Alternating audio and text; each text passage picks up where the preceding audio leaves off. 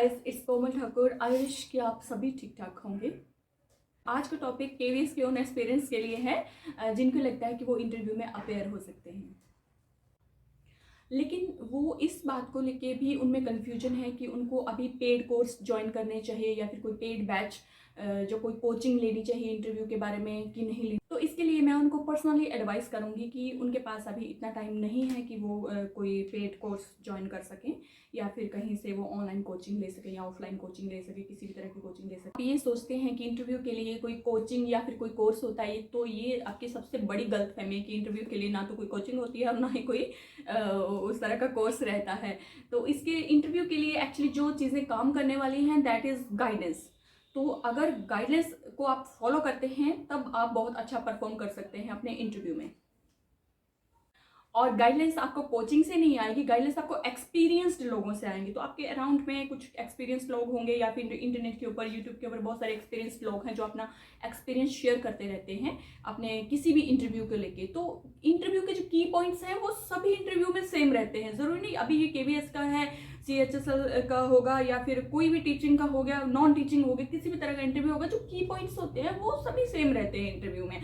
हाँ, कुछ एक डेमो, जैसे आपको टीचिंग का डेमो देना है तो वो थोड़ा सा डिफरेंट चला जाता है उससे। अदरवाइज जो कुछ एक पॉइंट्स होते हैं वो सेम फॉलो किए जाते हैं आपकी साक्षात्कार के दौरान। तो मेरी तो आप लोगों को यही एडवाइस रहेगी कि आप जितना अपने सेल्फ कॉन्फिडेंस को आप थोड़ा सा इंप्रूव कर सकते हैं, जितना अपने इंग्लिश स्पीकिंग स्किल को जितना इंप्रूव कर सकते हैं। हिंदी बोलना कोई बुरी बात नहीं है, लेकिन एटलीस्ट आपको जब अपने आप को रिप्रेजेंट करना है तो जो आपका इंटरव्यूअर है वो जिस लैंग्वेज में आपके साथ कन्वर्सेशन करेगा, आपको उसी लैंग्वेज में उसके साथ कम्युनिकेट करना मस्ट होता है।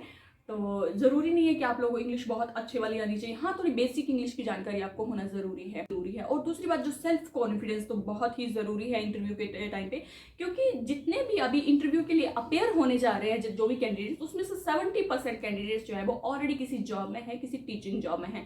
तो टीचिंग का एक्सपीरियंस तो ऑब्वियसली उनके पास होगा। सब्जेक्टिव के ऊपर, अपने सब्जेक्ट के ऊपर तो अच्छी पकड़ होगी ही उनकी, और बाकी कुल मिला के बचता है आपकी पर्सनालिटी के ऊपर। तो मैं तो कहती हूँ कि आपको अपनी पर्सनालिटी के ऊपर ध्यान देना है और कुछ एक गाइडलाइंस लेनी है जो एक्सपीरियंस्ड लोग आपको गाइडलाइंस दे सकते हैं, जो इंटरनेट के ऊपर अवेलेबल है। तो आपको फालतू में अपने पैसे खर्च करने की किसी भी कोचिंग या फिर किसी कोर्स के इंटरव्यू तक पहुँच रहे हैं, इट मीन्स आप में क्वालिटी है, आप तभी उसके इंटरव्यू तक पहुँच रहे हैं। तो थोड़ा सा अपनी स्किल को इम्प्रूव कर लें, जितनी आप में है थोड़ा सा उसको इम्प्रूव करने की कोशिश करें कि आप जितने अभी हैं थोड़ा सा उसमें थोड़ा आपको लगे कि इम्प्रूवमेंट हो रहा है।